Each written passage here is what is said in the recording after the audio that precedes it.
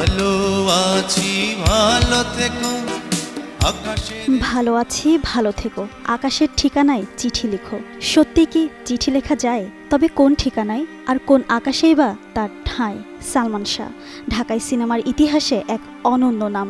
তিনি এমনই এক তারা যিনি আলো ছড়াতে করেননি কার্পণ্য, আর তাই তো প্রয়াণের 2 যুগ পরেও যেন রয়ে গেছেন অনন্ত আলো হয়ে।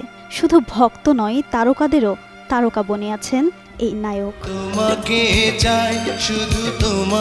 শাহরিয়ার চৌধুরী ইমন থেকে সালমান শাহ, মাত্র কয়েক বছরের ক্যারিয়ারে তিনি হয়ে উঠেছিলেন লাখো দর্শকের হৃদয়ের নায়ক। তার অভিনয় ছিল আধুনিকতা, স্টাইলে ছিল ভিন্নতা। শাবনূরের সঙ্গে রোমান্টিক জুটি ভক্তদের কাছে গড়ে তোলে নতুন স্বপ্নের জগৎ। কিন্তু মাত্র 4 বছরের ক্যারিয়ারের পরে ঘটে যায় অঘটন। 1996 সালের 6 সেপ্টেম্বর ভোরে নিজের ফ্ল্যাট থেকে উদ্ধার করা হয় সালমান শাহর নিথর দেহ।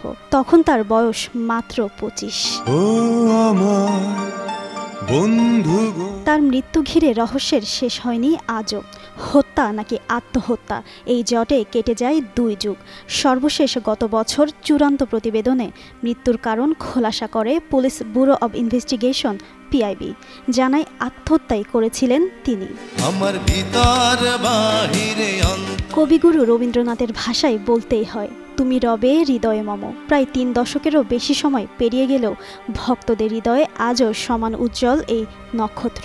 আজও ভক্ত অনুরাগীদের হৃদয়ে বাজতে থাকে সেই সুর, চোখ মেলে যারে পেয়েছি তারে ভালোবেসেছি, স্বপ্নের নায়ক সেই তুমি। জিনাত আরা ঋতু, যুগান্তর নিউজ।